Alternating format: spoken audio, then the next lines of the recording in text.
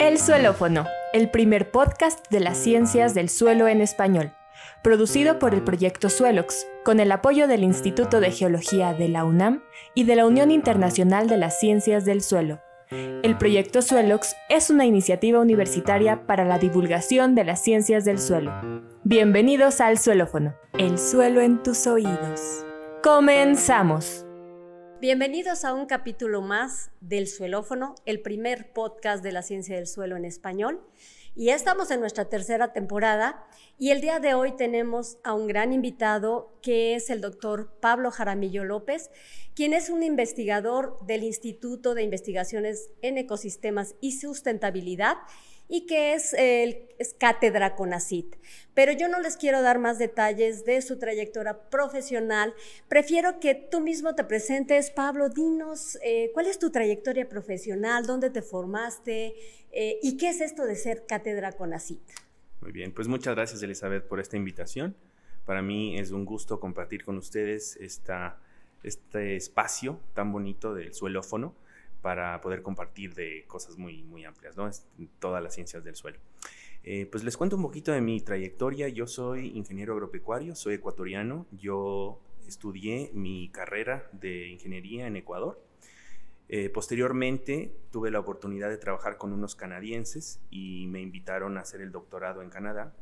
Hice mi doctorado en Canadá y posteriormente, por las razones más interesantes que pueden pensar una persona, llegué a México y realicé mi estancia postdoctoral en el CIGA, en el Centro de Investigaciones en Geografía Ambiental, aquí de la UNAM en Morelia, y trabajé en un proyecto muy bonito. Me pude involucrar con las comunidades indígenas de la Reserva de la Mariposa Monarca y trabajamos en un proyecto para restaurar una zona que había sido bosque después que fue un cultivo de maíz y que lastimosamente, como el cultivo ya no estuvo funcionando bien, se abandonó ese terreno y entonces tratamos de hacer una reforestación asistida.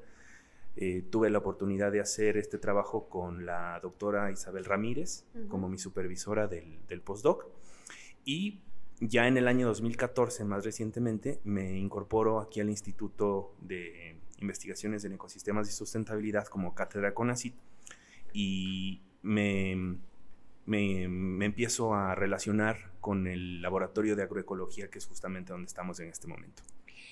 Pues mira, qué interesante trayectoria y precisamente acabas de decir la palabra clave, agroecología.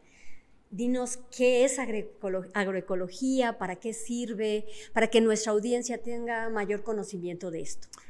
Mira, Elizabeth, es interesante esta pregunta porque puede ser abordada de muchas maneras. La agroecología puede ser una ciencia, puede ser un movimiento social, puede ser una tendencia y ahora todo el mundo está utilizando la palabrita, ¿no? ¿Qué? La agroecología. Y en realidad es la forma más fácil y más lógica de producir nuestros alimentos, ¿no? Estamos acostumbrados a ir al supermercado o al mercado y comprar lo que hay disponible y no sabemos cuáles prácticas se emplearon para producir esos alimentos, qué sustancias químicas se utilizaron para producir. Y al revés de lo que puede ser lógico, a una persona que produce alimentos orgánicos les tienes que pedir una certificación y a los que no están usando esas técnicas y a los que están usando todas las sustancias químicas y agrotóxicos posibles, ¿por qué no les pides una lista de los productos que has usado? ¿No? Y eso a mí me parece una cosa muy importante porque si lo vemos desde el ámbito científico, nosotros tenemos muchas herramientas para medir todas estas sustancias o las cantidades de estas sustancias que se han utilizado para producir nuestros alimentos, pero el público en general no tiene ni la menor idea. Claro. Y muchas veces las personas van al supermercado o al mercado a comprar los productos y siempre se dejan llevar por lo más bonito, lo más grande, lo que está sin un huequito, lo que está completo. Y usualmente para que esté así, les aseguro que tiene que estar lleno de sustancias químicas que protejan, que no le ataque un bicho, que no le coma un gusano, que no le coma un hongo o algo. Y entonces, esta sería como una búsqueda de responsabilidades un poquito, porque podemos un poquito comprometernos con nuestras familias en primera intención y tratar de consumir productos que no se vean tan bonitos, porque así podemos garantizar que no van a estar tan cargados de sustancias tóxicas. Sí, entonces esta palabra agroecología tiene muchísimo que ver con lo que comemos y que al final de cuentas es algo que beneficia a la gente, a la gente de a pie, que todos comemos, todos vamos al supermercado, al mercado, compramos nuestros productos, y me parece que de ahí la importancia de esta palabra que tiene connotaciones, como bien dice, científicas, pero también sociales. Sí. Y me gustaría que nos platicaras en tu trabajo a lo largo del tiempo, ¿cuál ha sido la problemática que tú has detectado con respecto a la degradación de los suelos? Y pues, ¿cuáles son las propuestas que ustedes tienen para la restauración de los mismos? Muchas gracias, Elizabeth. Esa es una parte muy, muy buena. Cualquier persona que produce los alimentos, en lo último que piensa es en cuáles son las consecuencias de las prácticas agrícolas sobre el ecosistema. Esa es la parte ecológica de la parte de la palabra agroecología. Entonces, todos los espacios donde se cultivan nuestros alimentos están en un espacio físico. O sea, es un ecosistema, es un agroecosistema, o a veces hay también bosque. Y entonces, los suelos y los cuerpos de agua son los espacios que se afectan recibiendo todas las sustancias químicas que se utilizan para producir nuestros alimentos. Hablamos de fertilizantes, hablamos de herbicidas, hablamos de insecticidas, hablamos de fungicidas y hablamos de un montón de sustancias que aplicamos con la finalidad de que se mejoren nuestras cosechas, de que se mejore la producción de las plantas, pero no sabemos hasta dónde llega ese impacto sobre los ecosistemas que están siendo productivos, ¿no? Entonces, ya nos hemos dado cuenta que los suelos han perdido esas capacidades de ser tan buenos con nosotros, porque son muy nobles los suelos y han estado recibiendo tantas cosas durante tanto tiempo, pero ya como que llegamos a un punto en el que se cansó, se degradó y se contaminó. Y entonces, al llegar a estos puntos, que lo más tremendo es justamente la contaminación de los suelos y de los cuerpos de agua, que todo es un ciclo, podemos ver que ya nos toca responsabilizarnos de esto y ahora nos toca arreglar algo que estaba funcionando muy bien antes, pero por todas estas prácticas que no han sido muy buenas, ahora nos toca arreglar. Entonces, podemos empezar con algunas alternativas que se han usado ya a lo largo del tiempo, y una de las formas más comunes, digamos, de restaurar a estos suelos, de recuperar los suelos, es incorporando grandes cantidades de materia orgánica, ¿no? Hay unas técnicas de agricultura de conservación donde todo lo que queda del resto de la cosecha, o sea, la planta ya seca sin el producto que cosechamos, se deja ahí en el mismo suelo y se vuelve a incorporar. Entonces, estos son las primeras técnicas que son las más fáciles, ¿no? Donde no tienes que estar trayendo material. Aparte, hay otras técnicas que se siembran cultivos que se conocen como abonos verdes, y estos cultivos, en el momento de la floración, y usualmente son leguminosas las plantas que sirven para esto, se incorpora al suelo, se descompone y se incrementa también la materia orgánica. Y en lo que yo más me he dedicado es a ver alternativas para que toda la biomasa residual que se genera en una ciudad o que se genera en un proceso productivo puede ser incorporado al suelo luego de que se fermente, se compostee o se estabilice, ¿no? Y ahí es donde me he dedicado mucho tiempo a ver alternativas para que esto funcione bien. Y me he dedicado a utilizar, por ejemplo, biosólidos de alcantarilla, tal cual, lo que sale de las casas, lo que sale de una ciudad y es procesado en las plantas de tratamiento de aguas residuales, que actualmente en México ese material, la mayor parte de las veces, se va directamente al relleno sanitario.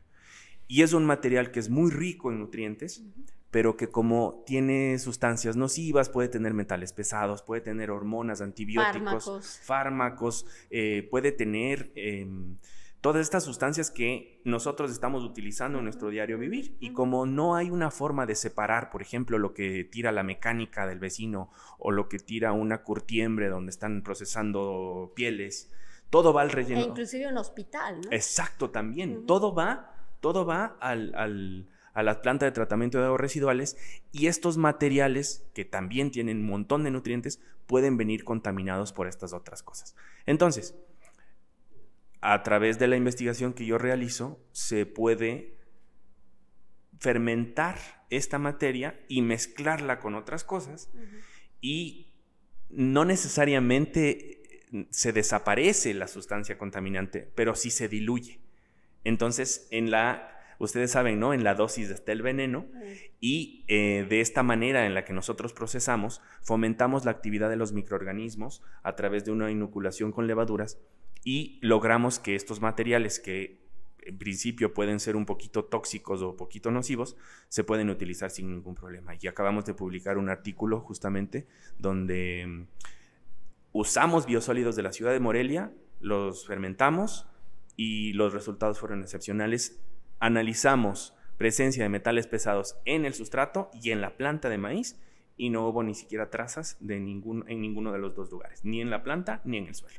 Pues eso significa que podemos comer bien reutilizando lo que desechamos, y eso creo que debería de ser nuestro punto de convergencia, ¿no?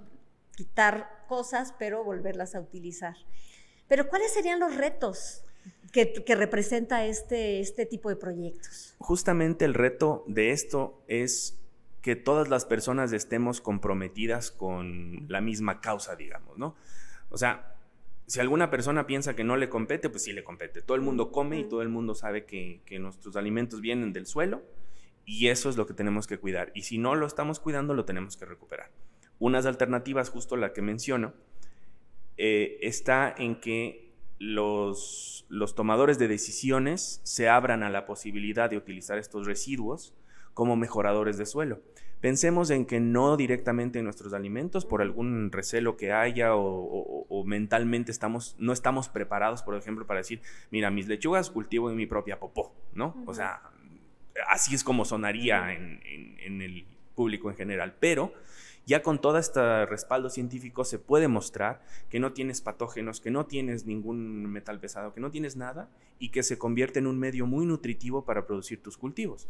Ahora, ¿por qué digo que todas las personas tienen que estar involucradas? Porque en la legislación, en la norma oficial mexicana 004, está especificado qué son los biosólidos y cómo tendrían que modificarse un poquito los nombres, para que no diga que es un desecho, sino tal vez que diga que es un recurso procesado y demás. Y entonces necesitamos la colaboración de todos los ámbitos de la sociedad. Sí, de alguna manera también los mismos campesinos, agricultores, tener esa apertura para decir, creo que hay alternativas que me beneficien porque son baratas, porque son buenas para el ambiente, ¿no? Y es una comunidad la que tiene que tomar la decisión. Si no se quiere utilizar biosólidos, no pasa nada. Se puede utilizar otros residuos de animales, se pueden utilizar los estiércoles sin ningún problema, y se puede hacer este mismo proceso de fermentación de la materia orgánica e incorporarla. ¿Por qué decía que lo de los biosólidos tal vez no directamente en nuestros alimentos? Porque hay una necesidad muy importante de restablecer la vegetación forestal. Y entonces se puede utilizar estos materiales ya procesados, completamente inocuos, para proyectos de reforestación bien hechos en el momento adecuado. Y si quieren, ese es otro tema de conversación, porque es un tema muy interesante, que la mayoría de los proyectos de reforestación que se llevan a cabo en México están destinados a fracasar porque se ha convertido en un negocio. Pero bueno, si quieren eso hablamos en otro momento. Pero yendo un poquito más al tema de la restauración del suelo, el restaurar un suelo forestal puede hacerse sin problema hasta que la gente vaya viendo que no hay problema de usar los biosólidos. Y en el caso de los suelos agrícolas, se puede utilizar cualquier estiércol animal, cualquier residuo de algún proceso agroindustrial, inclusive. Se puede utilizar, por ejemplo, el bagazo del agave, que ahora se produce muchísimo tequila. Se puede utilizar todos los restos de los aguacates, que estamos en un estado que produce tantísimo aguacate y tienen montañas de cáscaras y huesos de aguacate que no saben qué hacer. Se puede también convertir en un abono, ¿no? Entonces, sí, de hecho en la Ciudad de México, en Milpalta, nosotros llevamos un proyecto para restaurar con nopal, porque es lo que más se produce. Bueno, tenemos que hacer una pausa muy breve para una cápsula de InfoSuelox. De acuerdo con la Organización de las Naciones Unidas para la Alimentación y la Agricultura, FAO, La agricultura sostenible debe de satisfacer las necesidades de las generaciones presentes y futuras, y al mismo tiempo garantizar la rentabilidad, la salud ambiental y la equidad social y económica. Debemos recordar que tanto la alimentación y la agricultura sostenibles contribuyen a la disponibilidad, el acceso, la utilización y la estabilidad alimentaria, así como a una sostenibilidad ambiental, social y económica. Pues regresamos a la conversación y ahora me gustaría, tú has vivido en diferentes países, ya has visto diferentes perspectivas de manejo. Cuéntanos cómo es la experiencia en Canadá, en Ecuador y en México. La experiencia en Canadá es muy diferente a lo que pasa en nuestros países latinoamericanos. En Canadá las decisiones se toman fundamentadas en una investigación científica y el público en general sabe que las decisiones se están tomando por el bienestar de las personas. Entonces, si es que hay un lugar donde hay una contaminación minera, se soluciona el problema de la mejor forma posible, con los recursos que también tienen muchos a la mano, o sea, tienen disponibilidad de recursos y lo hacen bien. En Ecuador, la problemática es muy parecida a la problemática en México porque estamos justamente, la mayoría de la población solamente sobrevive. Entonces, no está cuestionando cómo se produjeron sus alimentos o no está pensando en que las vacas les están dando de comer maíz, lo cual es un absurdo porque las vacas tienen que comer pasto. Y el tema de la restauración de suelos tiene que ser adaptada a los diferentes ecosistemas que cada uno de nuestros países tiene. Entonces, si es un suelo donde va a hacerse un trabajo agrícola, se tiene que utilizar los residuos que están a la mano, que están cerca, porque entonces así es la manera en la que se optimiza el recurso, no solamente el dinero, sino también el mismo recurso que estamos queriendo reutilizar en el ambiente, ¿no? Sí, se vuelve una cuestión muy compleja, ¿no? Sí. ¿Cómo le haces para que haya lo que comentabas hace un rato, ¿no? Puedo decir un trinomio, porque es gobierno, exacto, sociedad y exacto, ciencia. Exacto. ¿Cómo lo empatas para que las cosas resulten bien en nuestros países latinoamericanos, lo que estás comentando? Y para finalizar esta conversación, me gustaría que me hablaras sobre los suelos y su papel en el cambio climático. Muy bueno. En realidad, pues son unos aliados, ¿no? Tú mismo lo has dicho siempre, son aliados en revertir el cambio climático. Justamente, pensando ya en un futuro, ¿no? Toda esta materia orgánica que se genera, si es que se reincorporara al suelo, el suelo empieza a capturar más carbono que de otra manera se estaría yendo a la atmósfera. Entonces, nos ayuda el suelo a retener y a conservar más del carbono que no debería estar ahí arriba, sino que debería estar acá abajo. Y ese carbono se puede convertir en una fuente de nutrientes para todos los microorganismos que están en el suelo y los organismos también, para que cada vez se siga acumulando más, y esto tiene que venir acompañado con un tema de no cambiar el uso de suelo de acuerdo a su aptitud. Si es que una zona es para hacer bosque, es por una razón, es porque cumple un ciclo ecológico importantísimo. Zonas de aquí en Michoacán donde cerros que fueron bosque ahora son cultivos de aguacate, es una pena que ya no se están cargando bien los mantos acuíferos o recargando más bien, porque todas esas funciones que cumplían esos espacios ya no son las mismas. Y muchas personas dirán, bueno, pero son árboles también, o sea, estoy cubriendo el suelo con un árbol. Sí, nada más que el aguacate chupa el agua, y un bosque de pino y de encino es el que más bien capta y recarga en los mantos acuíferos. Entonces, esto es un tema muy difícil de entender porque es una escala mayor. Y el suelo, si lo vemos así como un aliado, puede ayudarnos a que, solamente les di el ejemplo de los biosólidos, ¿no? Una ciudad como Morelia genera 40 toneladas diarias de biosólidos en una de las plantas residuales. Y este material se debería estar incorporando al suelo y no llevando al relleno sanitario donde se convierte en otro problema, ¿no? Y como esto, ejemplos hay muchísimos. Otro, todos los cuerpos de agua aquí en la zona cercana en Cuitzeo o en Coincio están llenos de lirio acuático. ¿Por qué? Porque nuestras prácticas agrícolas sobrefertilizan y llega a todos estos excesos de nutrientes al agua. Crece esta biomasa. Esta biomasa se podría incorporar también al suelo y entonces estás captando carbono que de otra manera se estaría liberando otra vez a la atmósfera. Entonces, los suelos son nuestros aliados y tal vez para la mayoría de las personas no lo vemos muy cercano, pero les puedo dar un ejemplo muy cercano de cómo sí tenemos algo que hacer con respecto a los suelos. Les hago casi como una pregunta para que se pongan a pensar. ¿Qué tiene que ver nuestro consumo de carne con la pérdida de la población de mariposas monarca? ¿Quién sabe? Pensarías que no hay nada que ver, ¿no? No, ¿cómo crees? Pues unas están allá en Canadá y otras aquí. Y otras acá. Ajá. Pues fíjense ustedes que los ciclos son tan interesantes de las mariposas que son unos indicadores de la salud del suelo, de los ecosistemas y de lo que nosotros comemos. Las vacas de las que nos alimentamos en México, en Estados Unidos y en Canadá, principalmente en esos países, son vacas a las que les dan de comer maíz. Y les dan de comer maíz transgénico, que es cultivado utilizando un herbicida que se llama glifosato. Y entonces este mata a las plantas donde las mariposas monarca ponen sus huevos. Si es que más comemos carne de esa carne de vacas que han sido alimentadas de ese maíz, se reduce la población de mariposas monarca que cumplen su ciclo aquí en México cada año. Entonces, si tomamos la decisión de comer carne como somos omnívoros, tratemos de que la carne que comemos sea de vacas que han sido alimentadas con pasto, ¿sí? ¿Cómo sabes eso si te vas a una cadena de comida rápida? Pues no lo sabes, entonces tal vez no vayas a esa cadena de comida rápida. Y es una pregunta muy compleja, sí. Pero ahí hay uno de los mensajitos que puede ser que seamos consumidores un poco más responsables de lo que sí, definitivamente, lo acabas de decir muy claro, debemos ser consumidores responsables. Eso. Y con esto cerramos esta conversación. Pablo, un gusto haber platicado contigo. Muchísimas gracias por haber aceptado esta conversación acá en Morelia. Y nos despedimos con el deseo que a ustedes también les haya gustado esta conversación. Muchas gracias, Elizabeth. Gracias.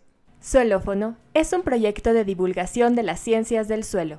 Si quieres seguir aprendiendo, no te pierdas ningún episodio. ¡Hasta la próxima!